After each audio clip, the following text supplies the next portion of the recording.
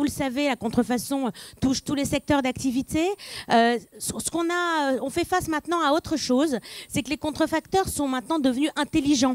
C'est-à-dire que ils déposent, par exemple, des logos à l'envers. Ils déposent des demi-logos, etc. Et c'est très difficile après pour l'entreprise, lorsque ils ont fait ces dépôts et qu'ils remettent à l'endroit le fameux logo sur le produit. C'est très difficile pour les entreprises de pouvoir se défendre.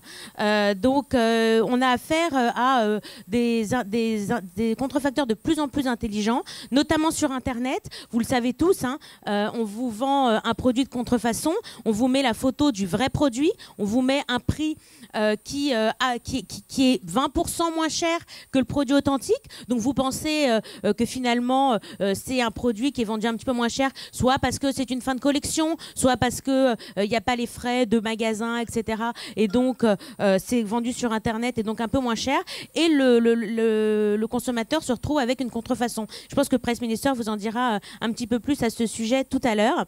En tout cas, ce que je veux dire, c'est que les contrefacteurs maintenant, ils ont vraiment adopté les schémas marketing des entreprises classiques, et c'est là tout le danger, c'est que les consommateurs se font avoir. On a fait une étude avec l'IFOP, notamment en ce qui concernait Internet, et un consommateur sur deux qui achète de la contrefaçon sur Internet l'achète sans le savoir. Il en est victime, il pense acheter un vrai produit. Donc vous voyez, quand il y a un consommateur sur deux qui se fait avoir, c'est quand même embêtant, et on n'est pas dans une complicité, ou en tout cas la complicité qu'on pouvait voir il y a quelques années lorsqu'on allait à Vintimille, en Thaïlande ou au Maroc, comme le disait monsieur, pour ramener une ou deux contrefaçons, mais un t-shirt, un sac pour soi, son cousin, son frère. Voilà, c'est plus du tout les mêmes schémas marketing. Maintenant, la contrefaçon, ça se distribue sur Internet massivement. Ça provient de Chine. Vous pensez acheter à votre voisin sur le Bon Coin, mais en fait, ça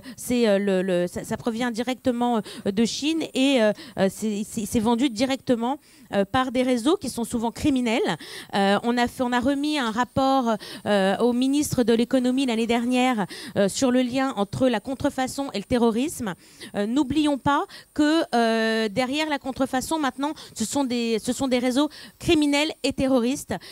Si vous recherchez un petit peu sur Internet, vous vous apercevrez très très vite que l'attentat des frères Kouachi de Charlie Hebdo a été financé par de la vente de contrefaçon.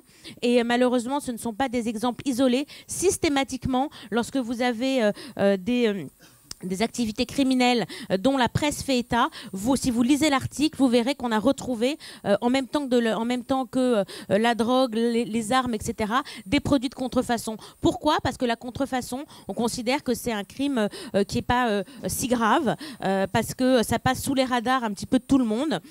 C'est pas quelque chose les consommateurs en achètent, ils se rendent pas compte que acheter une contrefaçon, c'est financer des réseaux mafieux et terroristes, et malheureusement ça reste encore dans l'inconscient collectif.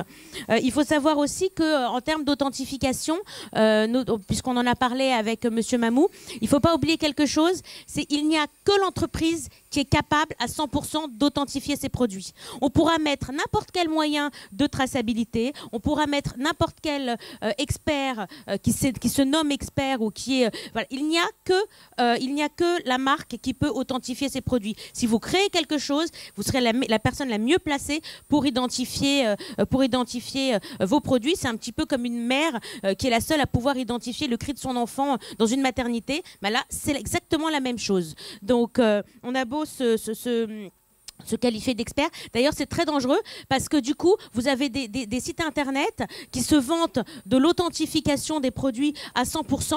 Ils ne peuvent pas, c'est impossible. D'abord, ils ne peuvent pas être experts de tous les produits. Vous imaginez la connaissance qu'il faudrait avoir, surtout que les collections arrivent tous les 3 mois. Donc, voilà. Alors, effectivement, il peut y avoir des procédés de traçabilité qui aident l'entreprise, qui aident les revendeurs, etc. Mais ce ne sont que des moyens technologiques avec leurs failles. On a beau dire que c'est 100% garanti, moi je n'y crois pas, parce que travaillant dans la lutte anti-contrefaçon depuis plus de 20 ans, maintenant je sais que systématiquement à un moment, le contrefacteur arrive à s'adapter à la technologie, malheureusement, hein, mais c'est comme ça. Et j'ai envie de dire aussi aux créateurs et aux innovateurs, attention, protégez-vous avant, parce qu'après c'est trop tard. Lorsque vous êtes copié, lorsque vous avez des problèmes de contrefaçon, c'est très très difficile de s'en sortir. Donc prenez les précautions pour pouvoir vous protéger auparavant.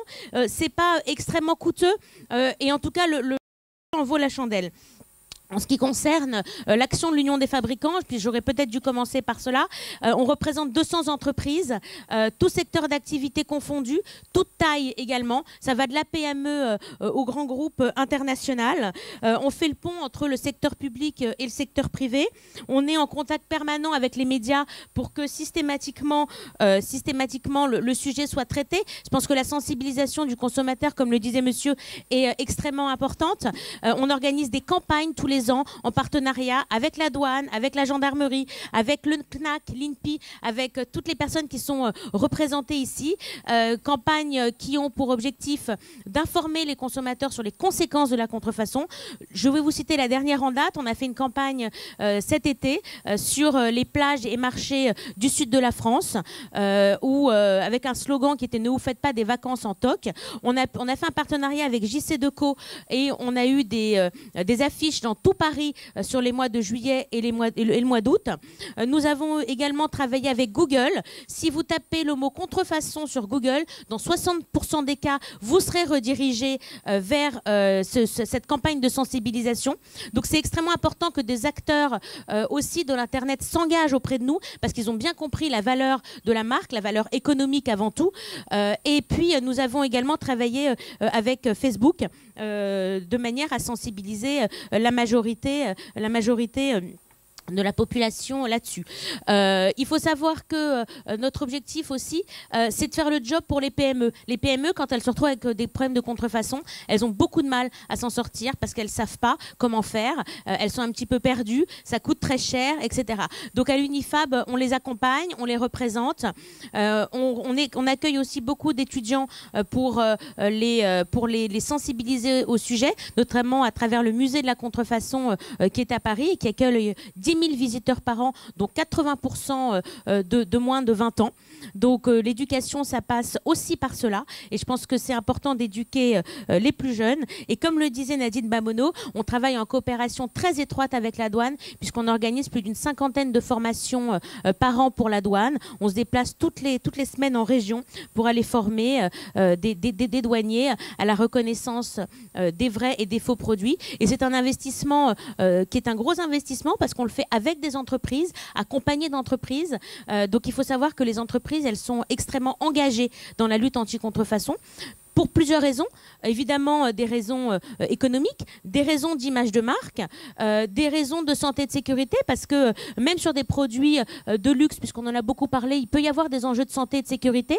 Quand vous voyez que sur les fausses montres, on vous met, pour qu'elles soient phosphorescentes, que les aiguilles soient phosphorescentes, on vous met des produits radioactifs parce que c'est ce qui coûte le moins cher.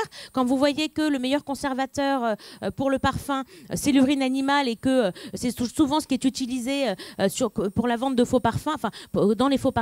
Voilà, il faut savoir que toutes les entreprises sont extrêmement mobilisées et parce que si jamais elles ne l'étaient pas, je pense que les consommateurs se retourneraient aussi vis-à-vis des entreprises en disant mais vous ne faites rien, donc vous êtes aussi coupable. Donc je pense que, en tout cas, les entreprises adhérentes de l'Unifab sont extrêmement engagées. Elles se renouvellent de manière tout à fait régulière. On travaille avec tous les acteurs de l'Internet à plusieurs niveaux. C'est vrai que là, on va avoir l'intervention d'un très bon élève qui est Price Minister. On a travaillé avec eux depuis le début et donc... Il y a un business model qui permet de vraiment aider les consommateurs à ne pas être victimes de contrefaçon. D'autres le sont moins, mais il faut savoir qu'on en est quand même au début de la prise de conscience des plateformes, encore malheureusement, et que celles qui sont coopératives le sont